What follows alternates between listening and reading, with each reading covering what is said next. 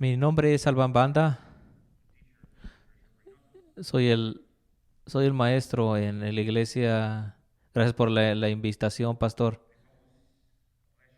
Siempre ha sido un placer el predicar la palabra de Dios, ¿verdad?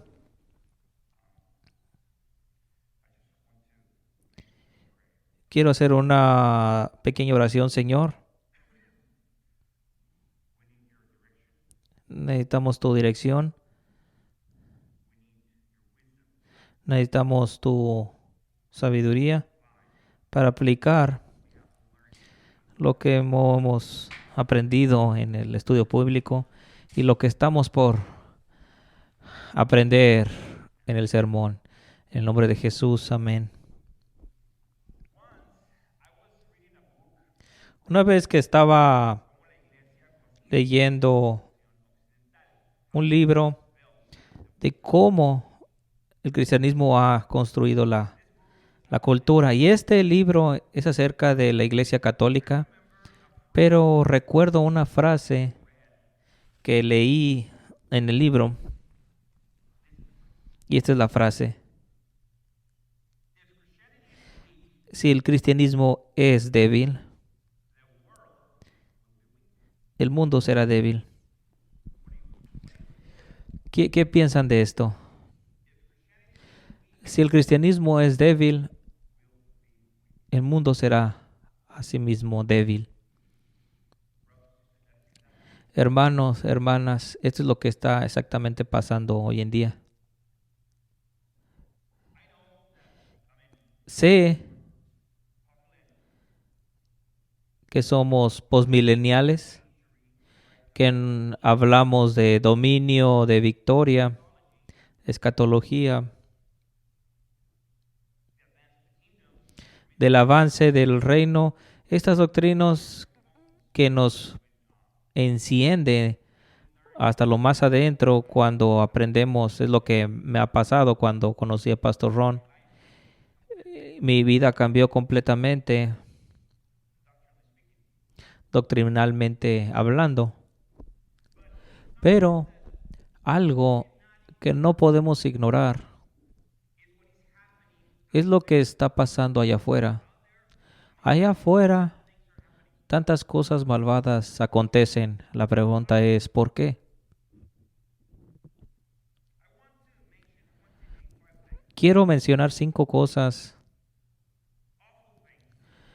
terribles que están pasando hoy en día. No estoy diciendo que es la culpa del cristianismo completamente. Lo que estoy diciendo es que nosotros cristianos tenemos la solución para estos problemas porque tenemos, así es, tenemos la solución. Quiero, número 1, mencionar, mucha gente confusa por el tipo de educación que recibe.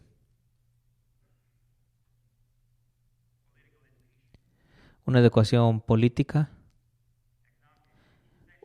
una educación sexual, económica, religiosa. Y está aconteciendo hoy en día enfrente de nosotros. De hecho, somos testigos de estas cosas que acontecen.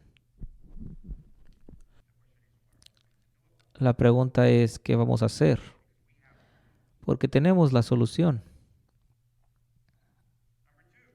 Número 2, el Estado, el gobierno, no solamente en este país, sino en mi país, en todo el mundo, el Estado está creciendo ilimitadamente. Tienen tanto poder. ¿Sabes cuál es el problema con el Estado, con el gobierno? Le estamos dando tanta importancia. Es el problema con el día de hoy. Tenemos más importancia para otras cosas en que poner la atención. Ahora, gente malvada está usando el Estado, el gobierno para imponer sus ideologías. Están usando el gobierno para decirte qué hacer, cómo vivir. Y a veces cristianos no están haciendo nada. La pregunta es ¿por qué? Está pasando enfrente de nosotros. Número 3, hombres y mujeres, hermanos y hermanas, justicia. ¿Qué es justicia para ti? ¿Cuál es el lenguaje de justicia para Dios? ¿Cuál es el lenguaje de la justicia para Dios? Cristo. Cristo es el lenguaje de justicia para Dios. Y me preguntas, ¿cómo? ¿De qué hablas? ¿Qué es lo que Cristo ha venido a hacer? Cumplir la ley. Cuando hablamos de la justicia de Dios, hablamos de la ley de Dios.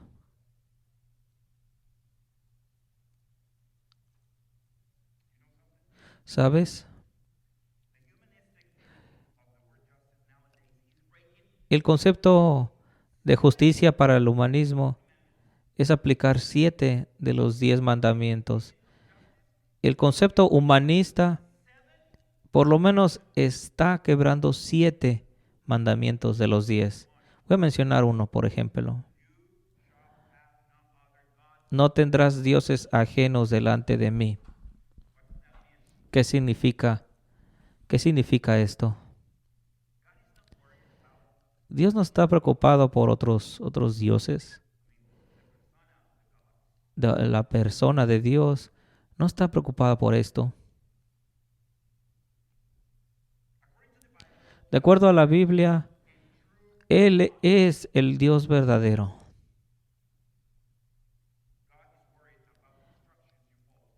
Está preocupado por la instrucción que sigues. Dios está preocupado por la instrucción que recibes. Cualquiera que te dé una instrucción y tú obedeces, ese es tu Dios. Aquel que te dé instrucción y obedezcas, ese es tu Dios. Por lo tanto, no tendrás otros dioses delante de mí. La justicia de Dios hoy en día es solamente un concepto político. No está aconteciendo. Y todo esto delante de nosotros, enfrente de nosotros, creyentes, cristianos. Número 4. ¿Cuántas mujeres o hombres son martirizados? Ciudadanos en este país muertos. Leí algo que no sé si sea verdad. Alrededor de 60, 70. En México alrededor de 90 todos los días. La pregunta, ¿por qué? ¿Por qué estas cosas acontecen? En- Mientras estaba en el estudio bíblico, estaba tomando nota y dice Johnny, estamos enfrente. Estamos en el frente. ¿Qué significa? Que estamos direccionando a este mundo. Pero vergüenza. Pastor Ron dijo, no podemos ser vencedores a menos que seamos obedientes.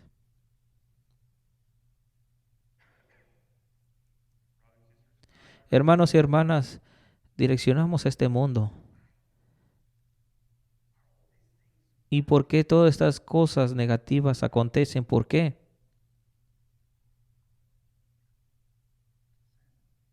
El pecado.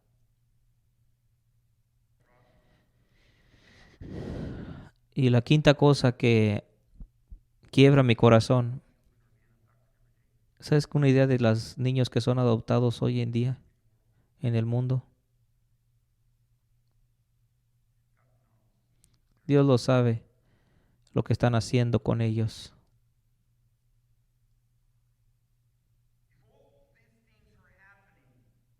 Todas estas cosas acontecen y tenemos dos opciones.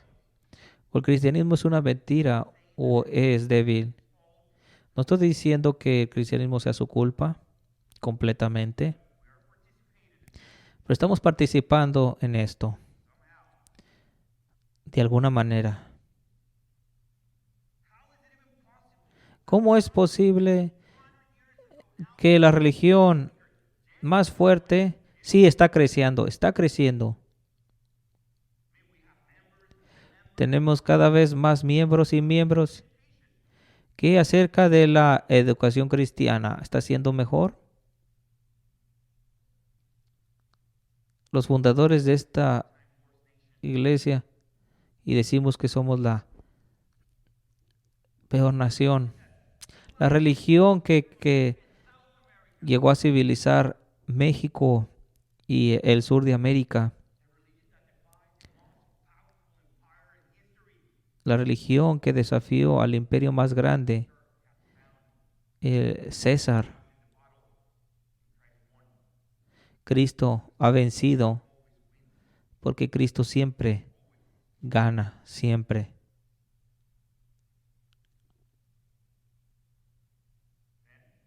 Entonces, el cristianismo conquista y conquistó el imperio romano.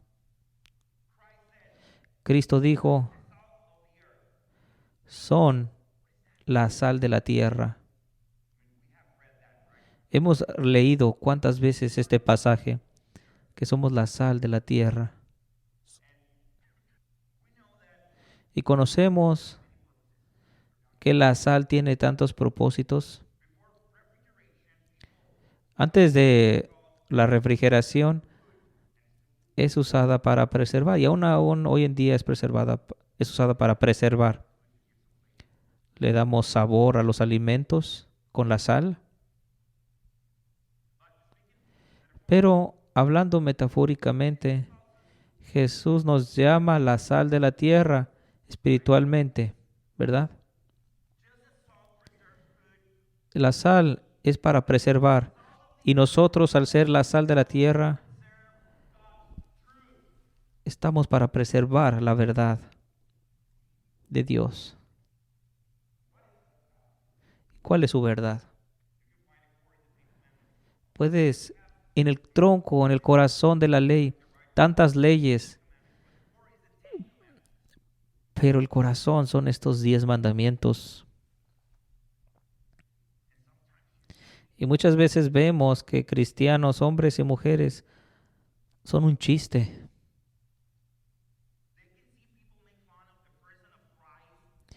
Gente burlándose de Cristo y el cristiano como si nada pasara, solamente ignorando. ¿Por qué?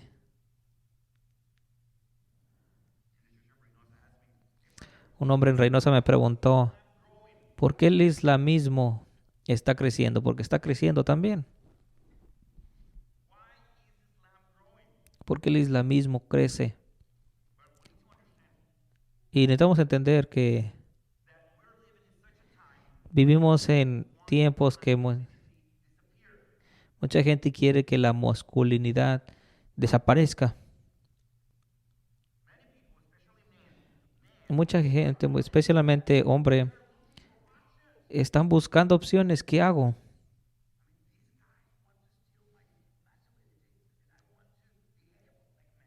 Quiero comportarme como hombre y quieren quitarme eso. No estoy diciendo, y lo sabes, que tenemos que ser musulmanes. Claro que no, claro que no. Pero te voy a dar unos ejemplos. Lo que hacen esta gente es que hace que respeten su religión. Y estoy diciendo que cristianos tenemos que ser mejores maestros y más valientes, porque muchos cristianos hoy en día, tal vez la mayoría, están enseñando filosofías erróneas como el rapto, mientras que están haciendo a estos cristianos irresponsables en el mandato cultural. ¿Cómo es el rapto? Hace irresponsable al cristiano. Bueno, porque no abrazan un concepto, una cosmovisión cristiana.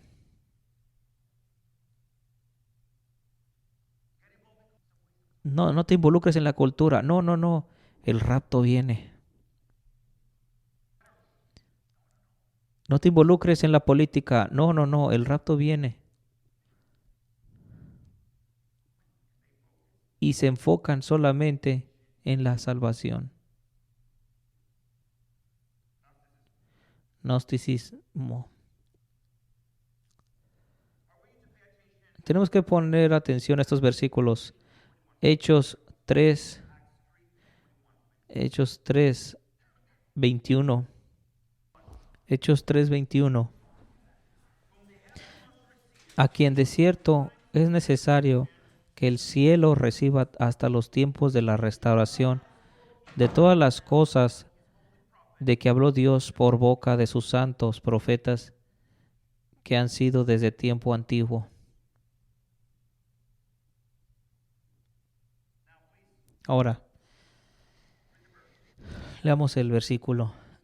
Leámoslo conmigo. A quien de cierto es necesario que el cielo reciba hasta los tiempos de la restauración de todas las cosas de que habló Dios por boca de sus santos profetas que han sido desde tiempo antiguo. Amén.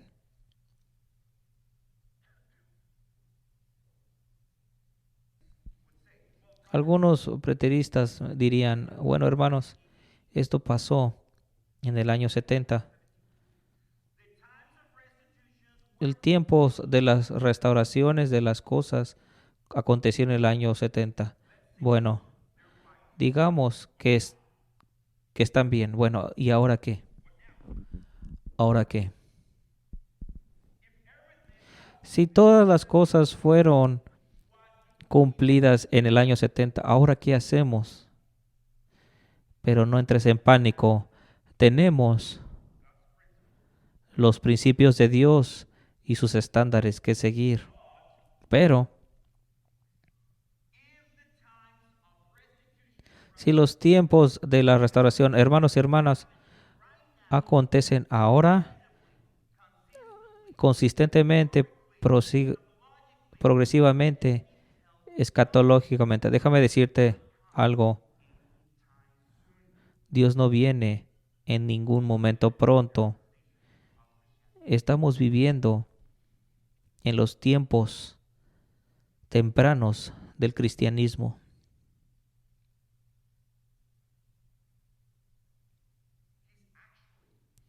Está esperando para su iglesia ejecute la gran comisión. Tenemos que trabajar en la gran comunión. Es lo que tenemos que hacer. Pero tenemos que entender qué significa la gran comisión. Porque tal vez lo tengamos mal entendido.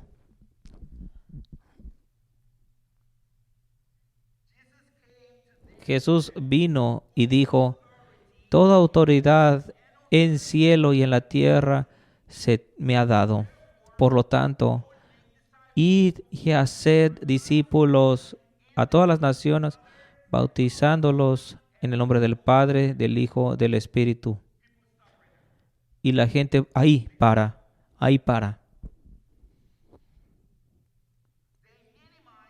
Minimizan la redención y su narrativa para arrepentir o serás quemado en el infierno. Lo minimizan. Entonces tenemos esta doctrina medieval donde lees cualquier libro del Antiguo, arrepiéntete, pueblo de Israel, o perecerás. Y de hecho, hermanos y hermanas, el término más cercano al infierno a ellos era que Dios l- se volviera su espalda a ellos, cosa que lo había hecho ya con muchas naciones. Esto acontece hoy en día también. Usamos una doctrina muy antigua para manipular a la gente, porque no tenemos argumentos necesarios para decirle a la gente que el cristianismo no puede hacer un mundo mejor de ninguna manera.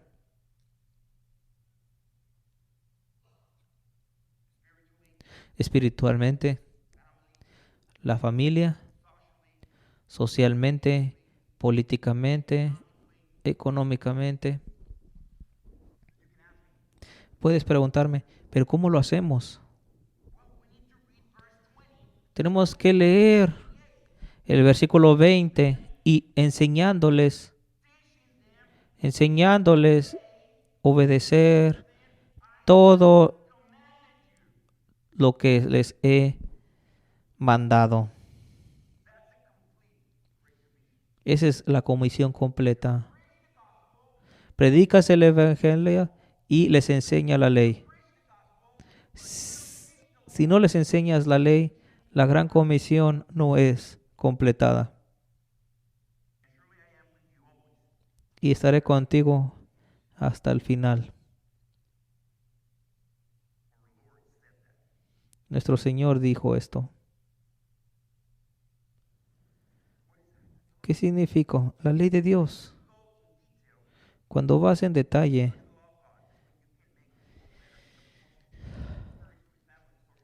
familia, economía, gobierno, ya ha acontecido. Pero el cristiano se olvida de la ley de Dios.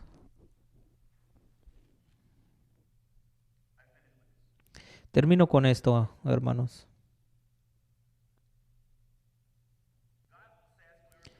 Dios dice claramente en la Biblia, aquello que se te ha dado en abundancia será demandado. Y aquel que se le ha confiado mucho, mucho se le será pedido. Lucas 12, versículo 48. Esto significa tres cosas. Número uno, Dios demanda mucho a aquellos que tengan posiciones de privilegio y de poder. El estatus incrementa la responsabilidad, sin excepción, porque Dios es la fuente de toda autoridad y poder, de acuerdo a Romanos 8. Todas estas posiciones requieren fidelidad a su palabra. Alguien con una conciencia, una alta moralidad, los pecados de un presidente, pastor o los pecados de un conserje. Número 2. Los pecados de un hombre, mucho más que las de su esposa o hijos, hijas.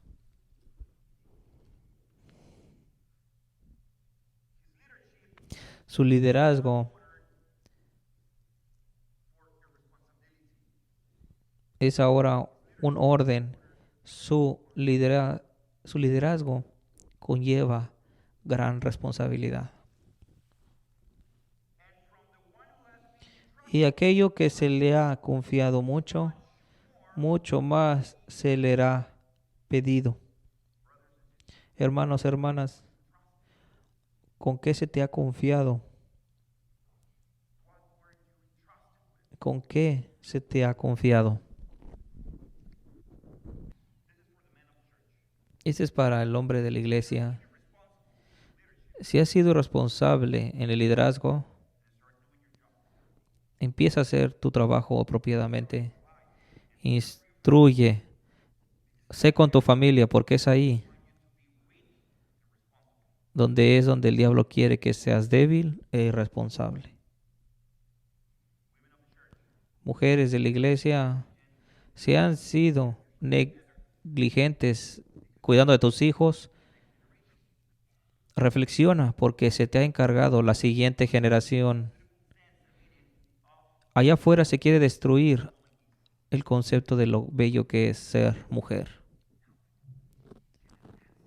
La gente no puede responder qué es una mujer, qué es ser una mujer.